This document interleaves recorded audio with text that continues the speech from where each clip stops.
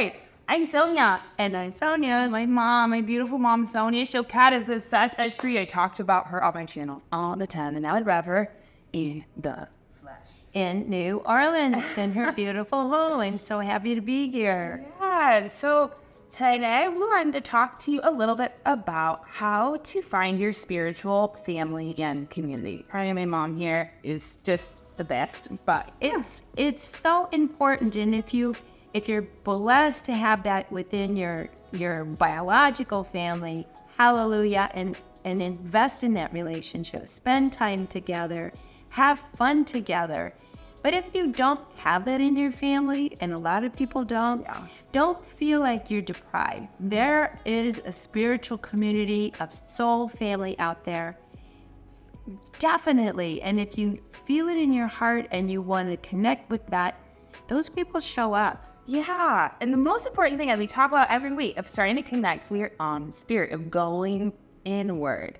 As we start to really brighten that light of have that being our dominant vibration in life, that's where we start to attract our soul family. I think we've been taught so much to live in our heads, so that this going inward and feeling what it is you love. And I recommend you go back to the time between maybe 10 and 16. Because you're still, even if it was a difficult time in your life, you're very aware in those years of what you yearn for, what you long for, what lights you up. And at that point, you may still have been connected to your creativity. Yeah, so this excavation. So I'm just really curious about what was something that you just really was that fed your spirit from 10 to 16? Well, the thing that fed my spirit beyond, and I had even a reputation, is I went dancing every single night. I would dance to the car, in the car. I would sneak into places where I wasn't even old enough to be allowed, and I didn't want to drink. I just wanted to dance. And plus, in my era, it was disco. And so the disco was still, put disco on, and I am right back in, Born to Be Alive, which is probably one of the dumbest songs that... Oh, it's so fun. Lyrically, or, Daddy Cool, or another one, Ring My Bell. I mean, honest to God, 2 notes of that, and I'm right back at that same frequency, that same spirit of the world is before me, and it comes right back. So what about you? Oh, I love what you're saying. And just when you connect to that place, it can connect to a reset of changing the perspective. Sometimes we get adults, we get sick, but to come back to those things that really light you up, you see it as potential. For me, when I think about, I don't know, my soul family, but what really fed me, just true to this day, is music. Yes, it used to know music. As in my high school years, and even younger, I first was called DJ Woods because you were 8. Yeah, I would burn CDs. I would try and curate the perfect playlist. I would bring a CD book this big, and it is one of the ways even now that I is used to connect with my soul family, because we have a shared North Star of music.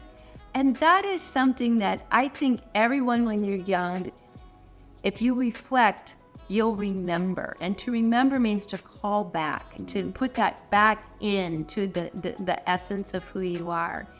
And right now, the world is in such a transition that it's easy to get scared and even further away from yourself. So this is the antidote. Go back. That's the Go on a date. It's the antidote to what's happening now. To have the antidote to go back to the things you love, and not just remember them, but do them again. Yeah. What I love what you're saying about that too is, often I see this with my clients, see this with other adults, that they get fixed in this idea of what responsible or what that is, that doesn't include community, play, creativity. It's like, oh, that's for young people. That's for a long time ago. I can't go dancing anymore.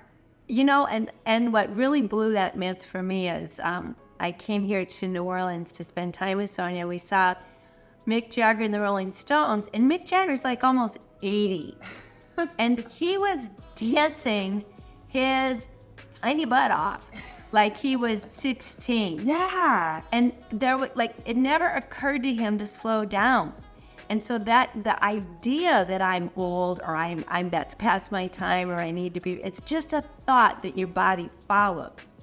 So if you change that belief, it's like, I can dance, I can have fun, I can play, and I'm not wasting time. Yeah. It comes back online pretty quick. I love that. It's so true. And you to just see how when people are in their spirit, like in this experience, the Big Jagger, the Rolling Stones, we're timeless. Well, what was funny is because the Rolling Stones really was a gift to me, and that was my band. The audience of 50,000 people, a great deal of them were on canes and walkers, and they were dancing too. And you were dancing on my stool. I got a collapsible stool, and I had mom standing on the stool. So all of a sudden, 50,000 people were timeless, having fun. It was an incredible energy to be in. It was like the best anti-aging frequency ever. So it really is deciding that, and I really feel like you've taught me this and reminded me of this, is play and joy is a spiritual practice. It's not an idea. You got to do something playful and joyful to engage in that high vibe that is your spirit. Yeah. Well, it is because that play, from what I just see, is it drops us into the present moment, connects us to our spirit, connects us to our gifts, raises our vibration. Takes you out of the future, puts you back in the moment, back in your body. Yeah, and that purpose, for me, I used to think of, as we labeled purposelessness, has so much purpose, because so much of our world makes sense that play is also directly correlated to your intuitive muscles. Exactly. Because when you're playing, you're curious, you're wondering, I wonder if this works, I wonder if this works, is this flexible, I can make mistakes, it doesn't matter, we can keep going because it feels good. Well, the other thing is the culture here. Now, I've lived in Europe for 9 years now, but the culture in America and other Western parts of the world has been that the only good use of your time is to do something that makes money. Yeah.